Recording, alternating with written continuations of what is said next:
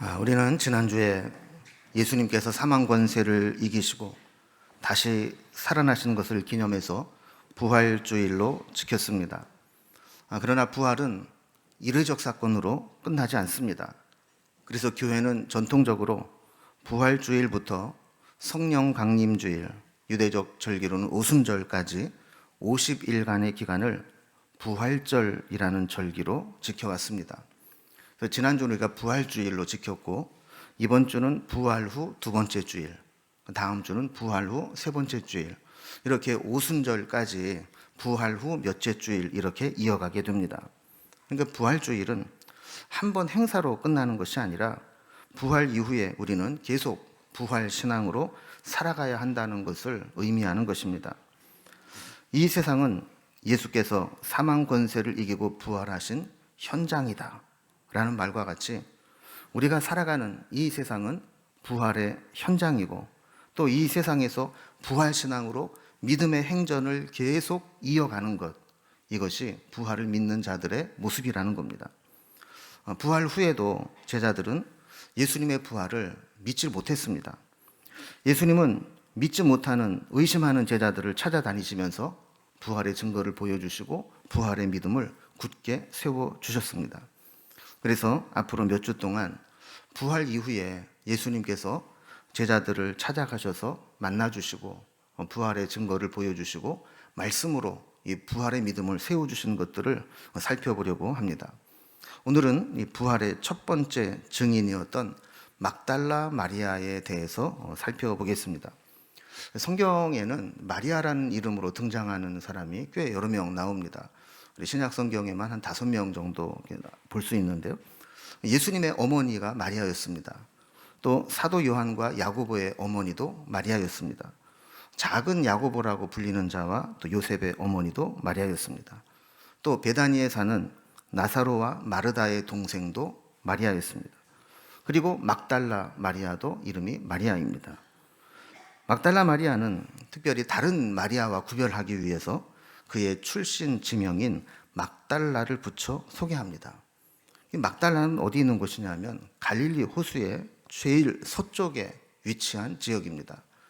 가버나움에서 아래쪽으로, 디베리아에서 위쪽에 있는 갈릴리를 끼고 있는 그런 마을이죠. 막달라는 이런 지역에서 있었는데, 이 막달라 마리아는 여러 오해를 받아온 인물입니다. 그 대표적인 것이 찬송가 211장에 보면 값비싼 향유를 주께 드린 막달라 마리아 본받아서, 이런 가사가 있잖아요. 저 이 찬양 되게 좋아하는데 이 가사 때문에 걸려가지고 잘 이렇게 못 부르게 돼요. 값비싼 향유를 주께 드린 여인이 막달라 마리아라고 이 가사에는 기록되어 있는데 성경에서 그 어디에도 그 근거를 찾을 수가 없습니다. 오히려 요한복음에는 그 여인이 베다니의 나사로와 마르다의 동생 마리아로 이야기하고 있습니다. 누가복음 7장에 보면 향유 옥합을 가지고 와서 눈물로 예수님의 발을 적시고 머리털을 풀어 닦고 발에 입 맞추고 향유를 부은 여인의 이야기가 나옵니다. 성경에는 이 여인을 설명하면서 그 동네에 죄를 지은 한 여자가 있어, 이렇게 설명을 하고, 그 다음에 보면 만일 선지자라면 자기를 만지는 이 여자가 누구며 어떠한 자 곧 죄인인 줄을 알았으리라 하거늘. 바리새인들이 예수님을 만지는 이 여인을 그렇게 표현했다는 거예요. 자, 그러니까 이 단서만 보면 어떤 죄인이었다라는 것만 알 수 있습니다. 오히려 마태복음 26장과 마가복음 14장에서는 이 여인이 베다니에 있을 때 이름을 밝히지 않고 예수님께 찾아온 한 여인, 이 정도로 소개하고 있고, 요한복음에서는 이 여인이 나사로와 마르다의 동생 베다니의 마리아였다라고 소개를 합니다. 자, 그러니까 이 향유 옥합을 깨트린 여인이 막달라 마리아라고 하는 그 어떤 상관관계도 성경에서는 찾을 수가 없는 것이죠. 그런데 로마 교황 그레고리우스 1세가 누가복음 7장에 등장하는 이 예수님께 향유 옥합을 부어드린 이 죄 있는 여자를 설명을 하면서 이 여인이 막달라 마리아라고 설교를 했습니다. 그리고 극적인 은혜를 유도하기 위해서 이 여인은 성매매를 했던 창녀였다라고 소개를 했습니다. 그 이후에 이 막달라 마리아는 창녀였고 향유옥합을 부어들인 여인이었다라고 사람들이 오해를 하게 된 것이죠.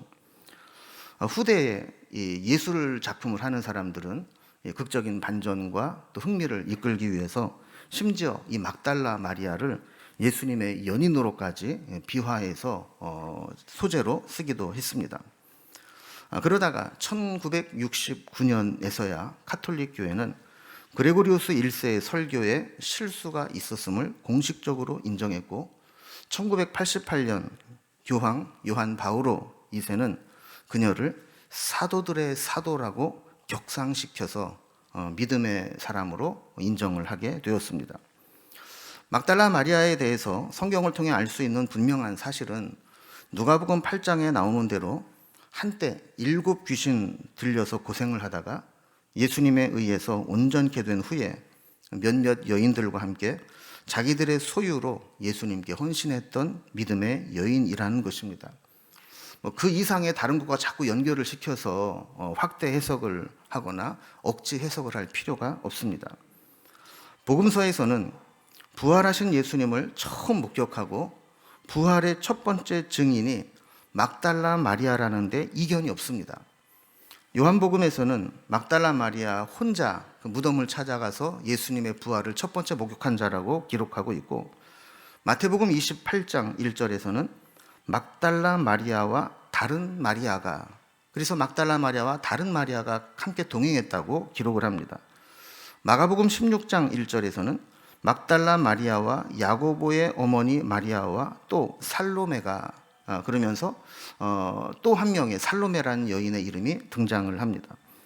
누가복음 23장 55절에서는 갈릴리에서 예수와 함께 온 여자들이, 이렇게 하면서 이 아까도 지도를 통해 보셨듯이 막달라가 갈릴리 지역 아닙니까? 예수의 어머니와 이 막달라 마리아, 이 여인들이 함께 부활의 첫 번째 목격자가 된 것을 기록하고 있습니다. 사복음서를 이렇게 보면 막달라 마리아가 혼자 갔느냐 아니면 다른 사람들과 같이 갔느냐 차이가 있지, 막달라 마리아는 첫 번째 부활의 증인이라는 데 이견이 없습니다.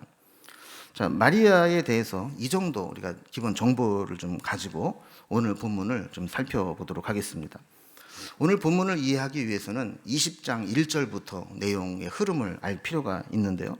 자, 1절에 보면 안식 후 첫날 일찍이 아직 어두울 때에 막달라 마리아가 무덤에 와서 돌이 무덤에서 옮겨진 것을 보고라고 했습니다.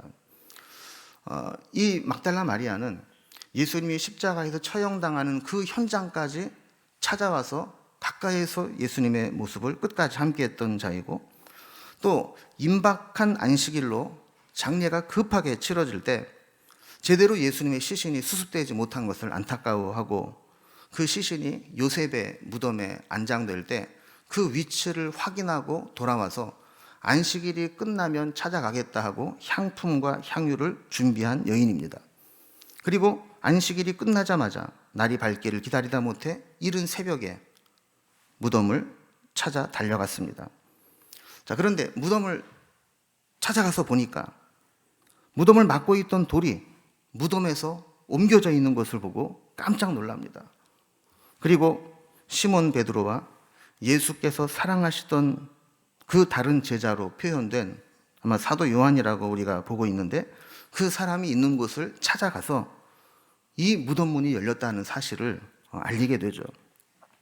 3번이나 예수님을 부인하고 낙심해서 어떻게 보면 사도로서의 권위가 땅에 떨어진 상태에 있는 베드로였지만, 그래도 마리아는 무덤문이 열린 것을 보고 제일 먼저 이 베드로와 요한이 있는 곳을 찾아가서 이 사실을 알리게 된 겁니다. 막달라 마리아의 이야기를 들은 베드로와 요한은 무덤으로 다름질하여 갔습니다. 그런데 살펴보아도 무덤이 비어있는 것까지는 확인이 되는데 예수님을 볼 수가 없습니다. 만약에 시신을 누군가 도둑질해 갔다면 아무것도 없는 상태로 빈 무덤이든지 아니면 시신만 빼갔더라면 세마포를 막 풀어서 해치고 간 그런 난장판이 된 현장이 있어야 됐는데, 그 빈 무덤은 너무나 조용했고 예수님의 시신을 쌌던 세마포도 쌌던 그대로 있었다고 기록을 하고 있습니다. 이 모습을 보면서 베드로와 요한은 어떤 생각을 했을까요? 아마 그들이 추측할 수 있는 상황은 이런 걸 겁니다. 예수님을 추종하던 잔당들을 잡기 위해서 예수님의 시신을 빼내간 것이라고 생각할 수 있었을 겁니다. 예수님의 제자라면 시신이 없어졌다는 소문이 돌게 될 때 그 시신을 찾기 위해 백방으로 나설 것이 아니냐. 그러면 그때 그 제자들을 붙잡아서 함께 처형해야 되겠다라는 생각을 했을 수 있다는 것이죠.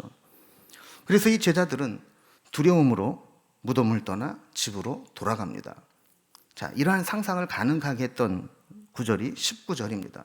19절에 보면 이날 곧 안식 후 첫날 저녁 때에 제자들이 유대인들을 무서워하여 모인 곳에 문들을 닫았더니, 그러니까 이제는 예수님의 십자가 처형으로 끝난 것이 아니고 그것이 자기네들께까지 이어질 것이라고 두려움을 가졌던 자들은 집으로 도망을 가서 문을 걸어 잠그고 있었다는 거죠. 그런데 마리아는 그 무덤의 현장을 떠나지 못하고 있습니다. 이 상황부터가 오늘 본문의 내용입니다. 11절을 봅니다. 마리아는 무덤 밖에 서서 울고 있더니 울면서 구부려 무덤 안을 들여다보니 그랬습니다. 막달라 마리아는 차마 무덤을 떠나지 못하고 밖에 서서 울다가 미련이 남아 무덤 안을 굽으려 바라보고 있습니다. 그런데 이때 베드로와 요한은 들어가서 아무리 찾아봐도 보지 못했던 것을 마리아는 보게 됩니다. 무덤 안을 보니 흰옷 입은 두 천사가 예수의 시체 뉘었던 곳에 있는데, 하나는 예수님의 머리편에, 그리고 또 한 명의 천사는 발이 놓여 있는 편에 앉아 있었다라는 겁니다. 천사들은 마리아를 보면서 묻습니다. 어찌하여 우느냐? 이에 마리아는 이렇게 대답합니다. 사람들이 내 주님을 옮겨다가 어디에 두었는지 내가 알지 못함이니이다. 이때만 해도 마리아는 도굴꾼이나 시체 도둑이 예수님의 시신을 어디엔가 옮겨 놓았다고 생각을 한 것이죠. 그리고 그 뒤를 보니까 예수님께서 서 계신 것이 보였는데, 신기하게도 그 당시에는 예수님인 줄 알지 못했다고 기록을 하고 있습니다. 아마 엠마오 마을로 가던 두 제자도 예수님과 동행을 했지만 예수인 줄 알아보지 못했던 것처럼 이 부활의 주님을 알아보지 못한 것이죠. 자, 이번에는 예수님이 마리아에게 물으십니다. 여자여, 어찌하여 울며 누구를 찾느냐? 이에 마리아는 이 예수님이 동산지기인 줄 알았다라고 기록을 합니다. 그러면서 주여, 당신이 옮겼거든 어디 두었는지 내게 이르소서, 그리하면 내가 가져가리이다. 예수님을 얼마나 사랑했는지 그 시신이라도 포기하지 못하겠다는 거예요. 그래서 어디로 갔는지만 알려주면 내가 가서 시신을 옮기겠다는 거죠. 여러분, 사실 여자가 남자의 시신을 혼자 옮긴다는 것은 사실 불가능한 일입니다. 그런데도 불구하고 그는 어디 있는 줄 알기만 하면 내가 가져올 테니까 그곳을 좀 알려달라, 이렇게 호소하는 것이죠. 자, 그런데 이때 상황에 반전을 가져오는 사건이 일어나게 됩니다. 예수께서 이 여인에게 이름을 부르면서 마리아야 라고 부르신 겁니다. 마리아는 돌이켜 예수님을 보면서 라보니, 선생님이라고 부르게 되죠. 그러니까 동산지기인 줄 알았는데 예수님의 부르시는 그 음성을 듣고 주님인 줄로 알아보게 된 겁니다. 그래서 성경에 생략되어 있지만 만약에 16절과 17절 사이에 어떤 동작을 나타내는 지문이 하나 들어간다면 아마 이런 지문이 들어갔을 것 같아요. 예수님을 발견한 마리아가 예수님을 붙잡고 다시는 놓지 않으려고 달려가더라. 여러분, 그러니까 옛날에 어린아이가 만약에 어머니를 한번 길을 잃어버렸다거나 어머니를 잃어버렸던 경험이 있는 아이는 만약에 어머니를 만나면 어떻게 할까요? 어머니를 절대 안 놓치려고 할 거예요. 아마 어머니가 안 보이거나 떨어지면 분리불안 증상을 느끼면서 어머니를 아주 애타게 찾을 거예요. 이 막달라 마리아도 예수님이 죽은 줄 알았고 또 시신마저도 분신될 줄 알았는데 예수님이 살아계시는 것을 보니 가서 붙잡고 다시는 놓지 않으리라, 다시는 내가 보내지 않으리라, 이런 마음으로 달려갔을 거라는 것이죠. 이런 마리아를 보시면서 예수님은 17절에 이렇게 말씀합니다. 예수께서 이르시되 나를 붙들지 말라. 내가 아직 아버지께로 올라가지 아니하였노라. 너는 내 형제들에게 가서 이르되 내가 내 아버지 곧 너희 아버지 내 하나님 곧 너희 하나님께로 올라간다 하라 하시니 그랬습니다. 그럼 사실 이 구절은 해석하기가 참 난해한 구절입니다. 여러분 혹시 이 구절을 보면서 예수님의 의도가 바로 이렇게 읽혀지시나요? 이후에 예수님은 다른 제자들을 만나서는 부활의 몸을 보여주시면서 특히 도마 같은 경우는 내 이 못자국을 만져보고 창에 찔린 허리를 손을 넣어서 확인해봐라, 이렇게 말씀을 하시잖아요. 근데 왜 마리아에게는 만지지 못하게 했을까라는 겁니다. 만지지 못하게 하면서 예수님이 되신 이유가 또 난해합니다. 내가 아직 아버지께로 올라가지 아니하였노라 라는 것이죠. 저는 왜 예수님은 만지지 못하게 했고 만지지 못하게 한 이유가 아직 아버지께로 올라가지 못하기 때문이라고 하셨는가? 여기 여러 가지 해석들이 있는데 제가 보니까 가장 개연성 있는 그런 은혜로운 해석을 꼽아보면 이런 겁니다. 첫째로 만지지 말라라고 하는 것은 이제 예수님이 더 이상 나를 과거에 알던 육체의 예수로 여기지 말라라는 거예요. 여러분, 예수님 당시의 사람들은 부활을 어렴풋하게 경험한 적이 있습니다. 나사로를 통해서 깨닫게 된 것이죠. 나사로가 분명히 죽었었지만 예수님이 살리신 것을 경험했습니다. 나사로에게 변화된 게 뭐가 있었나요? 다시 살아난 것 외에는 없습니다. 여전히 그들과 함께 있었고 육신의 몸을 입고 살아갈 뿐이었습니다. 그러나 예수님은 부활 자체가 다릅니다. 그래서 이제 과거에 알던 이 세상의 예수, 그냥 단지 땀으로 친 것처럼 죽었다가 살아난 예수가 아니라 그 예수와 그들이 알고 있던 인식과는 다른 예수라고 하는 것을 보여주기 위해서 그것을 거절했다라고 본다라는 거예요. 그러면서 두 번째, 왜 그러면은 내가 내 아버지께 올라간다 하면서 아직 아버지께로 올라가지 않는다 했느냐? 이것은 부활의 첫 열매가 되신 예수님은 예수님께서 하나님께 가장 먼저 자신의 부활한 몸을 보여드리러, 그분께 예물로 드리러 가기를 원하셨다라는 것이죠. 그러니까 사람이 먼저 보거나 만지거나 하기 전에 부활하신 후에 먼저 아버지 하나님께 그 영광스러운 부활의 몸을 드리려고 지금 가려고 했는데 마리아가 나타나서 붙잡으려고 하니까 내가 하나님께 먼저 보여드리고 이렇게 했다라는 거예요. 그래서 이제 성경 기자 누구도 목격하지는 못했지만 성경학자들 중에는 예수님께서 아마 부활하신 후에 제자들을 만나러 가시기 전에 먼저 하나님을 만나서 부활의 몸을 보이시고 그리고 내려오셨을 것이다 라고 해석을 합니다. 자, 이러한 예수님을, 부활의 주님을 목격하고 확인을 하게 된 이 마리아는 예수님의 말씀대로 하게 됩니다.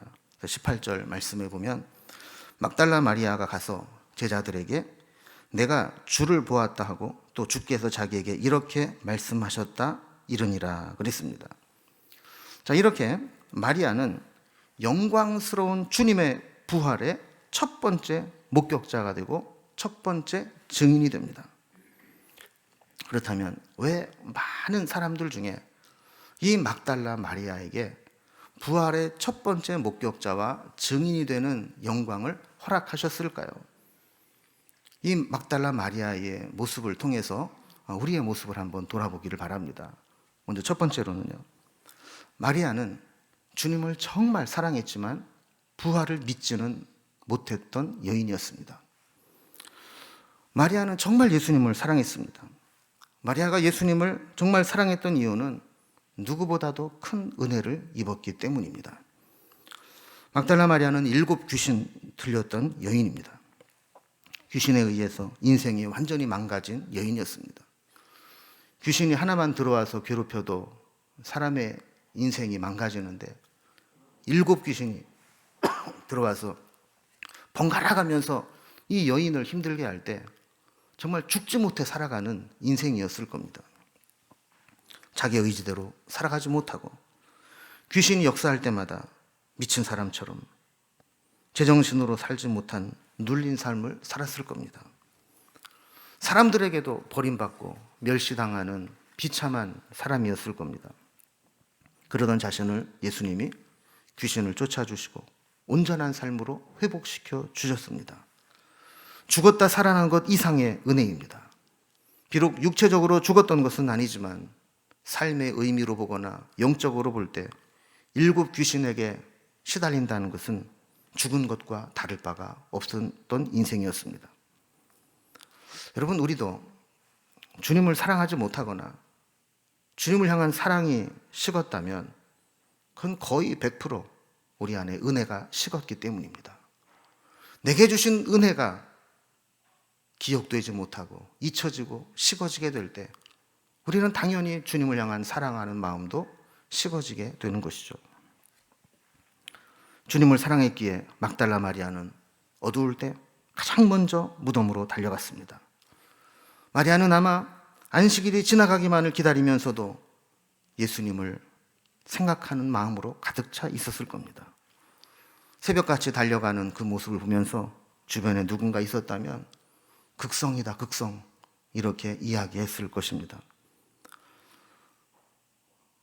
베드로와 요한 그리고 마리아 다시 무덤을 찾은 후 베드로와 요한은 빈 무덤을 보고 두려운 마음에 다 돌아갔지만 마리아는 혼자 남아서 예수님의 시체라도 찾겠다는 집념으로 무덤을 떠나지 못하고 무덤을 바라보며 그 안으로 들어갔던 것입니다.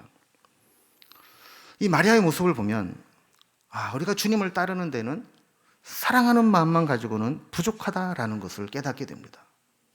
그럼 뭐가 더 필요할까요? 믿음이 필요합니다. 사랑이라고 하는 감정은 작은 바람에도 흔들릴 수 있습니다. 어제까지 너 없이는 못 살아, 너 없으면 죽을 거야, 이렇게 사랑하는 마음이 있던 사람이 하룻밤이 지나고 나면 그 마음이 싹 달라질 수 있는 게 사람의 감정입니다. 그렇다면 사랑을 지탱하고 지속시킬 수 있는 것은 무엇일까요? 상대에 대한 변함없는 신뢰와 믿음입니다. 마리아도 마찬가지였습니다. 주님을 누구보다도 뜨겁게 사랑하고 미련이 남아 있었지만 부활신앙, 부활에 대한 믿음이 없을 때 부활의 주님을 앞에 두고도 알아보지 못했던 겁니다. 천사가 왜 우느냐고 물었을 때 마리아는 사람들이 내 주님을 옮겨다가 어디 두었는지 몰라서 웁니다 라고 대답을 했습니다. 예수님이 왜 울고 누구를 찾느냐 물었을 때 마리아는 예수님의 시신을 어디에 옮겨두었는지 말해달라고 부탁합니다. 이 두 질문에 대한 마리아의 대답은 예수님의 부활을 전혀 염두에 두고 있지 않았다는 겁니다. 예수님을 부활하신 예수님, 죽음의 권세를 이기신 예수님이라고 한 번도 생각해 보지 못했다는 것이죠. 마리아가 찾고 생각하는 예수님은 오로지 죽은 예수님, 십자가에 달려 죽은 예수님의 시체를 찾고 있었던 겁니다. 사실 예수님은 십자가를 지시기 전에도 여러 차례 제자들에게 예루살렘에 올라가면 내가 고난당할 것이고 십자가에 달려 죽은 후에 다시 살아나실 것이라고 여러 차례 말씀을 하셨습니다.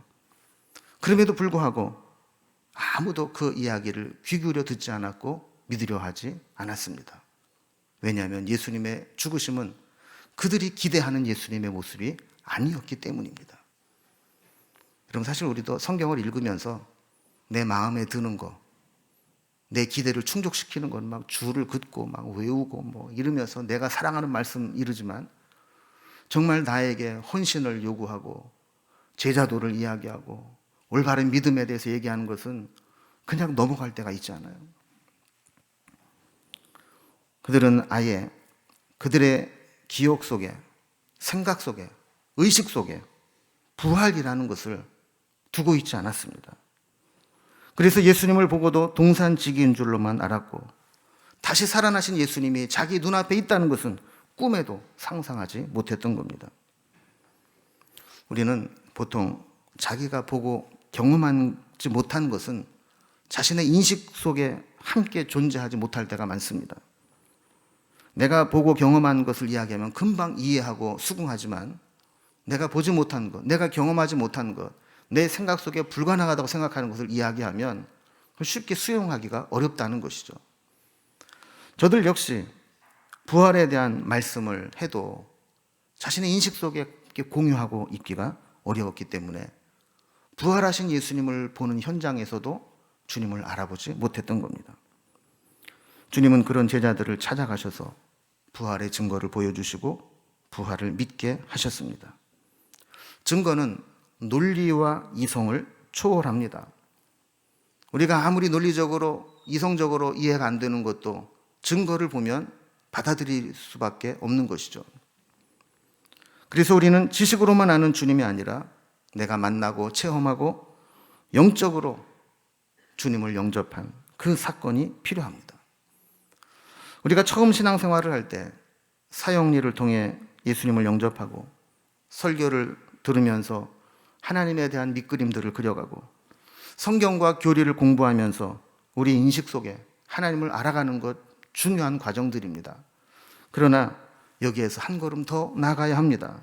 진짜 생명력 있는 신앙이 되려면 부활하신 주님을 영적으로 만나는 사건이 있어야 되는 것입니다. 시체를 찾는 신앙, 죽은 예수를 찾는 열심은 아무리 열심히 믿는다고 해도 진짜 신앙이 아닙니다. 주님은 무덤에 머물러 계시지 않았기 때문입니다. 빈 무덤을 확인했다면 부활하신 주님을 만나야 합니다. 우리도 예수님을 믿노라 하지만 사실 말씀 가운데 우리의 사건을 해석하고 믿음으로 반영하지 못할 때가 많이 있다는 것을 보게 됩니다. 두 번째, 막달라 마리아를 통해 우리가 깨닫게 되는 것은 그의 부족한 믿음에도 불구하고 주님을 사랑하는 그 마음을 인정받았다는 것입니다. 믿음은 부족하지만 사랑에만 변함이 없으면 주님은 그 사랑을 보시고 부족한 믿음을 바로잡아 주시고 세워주십니다. 그래서 막달라 마리아를 최초의 부활의 목격자요 증인으로 삼으셨습니다. 제자들은 아마 그런 생각을 했을 겁니다. 만약에 주님이 부활하셔서 나타나신다면 우리에게 제일 먼저 나타나실 거야. 3년 동안 우리를 부르시고 동거동락하면서 함께 하셨는데 아마 부활하셨다면 우리에게 제일 먼저 나타나실 거야. 이런 생각을 했을지 몰라요. 그래서 마리아가 제자들에게 내가 부활의 주는 만났다라고 그 다음 구절에 보면 이야기를 하지만 제자들은 그것을 믿지 않았다 그래요. 남성 중심의 세계관, 여러 가지 차별을 예수님은 부활의 첫 번째 증인을 통해 깨트리십니다. 교권주의와 권위주의도 깨트리십니다. 예수님에게 중요한 것은 12 사도냐 아니냐가 아니었습니다. 얼마나 주님을 사랑하느냐 하는 것이었습니다. 주님의 은혜, 부활의 감격은 가장 천하게 생각하는 여인에게도 주님을 사랑하는 마음만 있다면 가장 먼저 나타날 수 있다는 것이 바로 복음이요 은혜입니다. 여러분, 사실 막달라 마리아는 부활의 증인으로 채택되기에는 적합하지 않은 인물이었습니다. 당시 사회적 통념은 여인은 사람이지만 사람 대접을 받지 못했던 세상입니다. 사람 숫자를 셀 때에도 여자들은 숫자에 세지 않는 그런 시대였습니다. 특히 법정에서 여인들의 증언은 법적 효력이 전혀 없었던 시대였습니다. 특히 막달라 마리아는 정신병 병력이 있는 여인입니다. 영적으로는 7 귀신 들린 여인이지만 세상 사람들이 볼 때는 심각한 정신병 병력이 있는 여인입니다. 이런 자의 증언은 더더욱 증거로서 채택되거나 인정받기 어렵습니다. 만약에 제가 예수님이었다면 부활의 증인들로 이런 여인들이 아니라 합법적인 사람들을 세웠을 것 같아요. 그러나 주님은 마리아를 부활의 첫 번째 목격자, 증인으로 삼으셨습니다. 마리아의 사랑하는 마음을 인정해 주셨기 때문입니다. 우리가 잘못된 신앙, 잘못된 신념으로 주님을 따를 수 있습니다. 그러나 주님을 사랑하는 진실한 마음만 변함이 없다면 주님은 우리의 잘못된 믿음을 고쳐주시고 또한 우리의 연약한 믿음을 굳게 세워주시는 분입니다. 마리아는 자기 이름을 불러주시는 주님의 음성을 들을 때 영안이 열렸습니다. 엠마오 마을로 가는 두 제자들이 같이 길을 가면서도 예수님인 줄 알아보지 못했다가 나중에서야 함께 식사를 하고 축사를 하는 가운데 영안이 띄어주고 예수님이 떠나고 난 후에야 주께서 말씀을 풀어주실 때 우리의 마음이 뜨겁지 아니하더냐 하면서 그들의 영적 분별력이 생기는 것을 보게 됩니다. 그래서 말씀이 중요한 겁니다. 우리가 하나님의 음성을 듣고 말씀을 들을 때 우리의 부족한 믿음, 잘못된 믿음이 온전히 세워지고 다시 굳건해지게 되는 것이기 때문입니다. 주님을 사랑하는 마음, 그 마음으로 주님의 음성을 듣고 우리의 믿음이 바르게 세워지는 은혜가 있기를 바랍니다. 마지막으로 이 막달라 마리아는 주님으로부터 새로운 사명을 부여받게 됩니다. 17절 뒷부분에 보면 마리아는 부활하신 주님으로부터 사명을 받습니다. 너는 내 형제들에게 가서 이르되 내가 내 아버지 곧 너희 아버지 내 하나님 곧 너희 하나님께로 올라간다 하라 하시니 그랬습니다. 여러분, 이 말씀을 제가 묵상하면서 얼마나 감동이 됐는지 몰라요. 여러분, 지금 예수님은 자신을 배반하고 도망가서 숨어있는 제자들을 뭐라고 불러주십니까? 내 형제들이라 이렇게 불러주시는 거예요. 주님은 부활과 더불어 제자들과의 무너진 관계를 다시 세워주시는 겁니다. 제자들은 주님을 배반하고 도망가서 절망 가운데 숨어 있지만 부활하신 후 주님은 그들을 내 형제라고 품어주시는 거예요. 여러분, 그 다음 구절을 보면 더 감격스럽습니다. 내 아버지 곧 너희 아버지 내 하나님 곧 너희 하나님. 여러분, 이게 무슨 의미입니까? 성자 예수님은 성부 하나님과 늘 연합하셨고 예수님은 하나님을 내 아버지라고 아빠 아버지라고 부르셨어요. 그런데 주님의 부활로 인해서 이제 우리도 성부 하나님을 향해 그 하나님을 아버지라고 부를 수 있는 그 연합의 은혜에 동참하게 되었다라는 거예요. 그래서 우리도 부활의 주님으로 말미암아 하나님을 아저씨라고 부르지 않고 아버지라고 부르면서 그 하나님이 내 하나님이다, 그 하나님이 내 아버지라고 고백하며 따르게 되는 것이죠. 두려움에 숨어있는 제자들에게, 주님을 만나게 되면 죄책감 때문에 고개도 들지 못할 제자들에게 주님은 다시 그 관계를 회복시켜 주셨고 부활로 인해 우리가 하나님과 새로운 관계, 새로운 연합이 이루어졌다는 사실을 알려주시고 주님은 곧 하나님께로 올라가실 것을 전하게 하셨습니다. 그래서 18절 말씀에 보면 막달라 마리아가 가서 제자들에게 내가 주를 보았다 하고 또 주께서 자기에게 이렇게 말씀하셨다 이르니라 그랬어요. 내가 주를 보았다, 부활의 주님을 만났다, 주님께서 나에게 이런 말씀을 주셨다, 이 사명을 맡겨주셨다. 그래서 증인된 삶을 살아가게 되었던 겁니다. 예수님께는 무덤이 없습니다. 다만 잠시 장사 지냈던 곳이 있을 뿐입니다. 부활의 위대한 진리는 우리가 죽은 후 다시 살아난다는 것만이 아니라 지금도 부활의 능력으로 새롭게 살아가는 것을 의미합니다. 우리가 정말 부활을 믿는다면, 정말 부활하신 주님을 만났다면 우리는 어떻게 살아야 될까요? 막달라 마리아가 부활의 주님을 만나고 그 믿음이 새롭게 회복된 것처럼 우리에게도 그 부활의 주님을 만나고 그 부활의 능력으로 믿음으로 승리하는 삶이 되기를 주님의 이름으로 축원합니다. 기도하겠습니다. 하나님 아버지, 예수님의 제자들도 예수님의 부활을 보고도 믿지 못했던 시간들이 있었지만 주님은 일일이 그 제자들을 찾아다니시면서 부활의 증거를 보여주시고 말씀으로 그들의 믿음을 세워주시는 모습을 살펴보게 됩니다. 우리도 저들과 다를 바가 없습니다.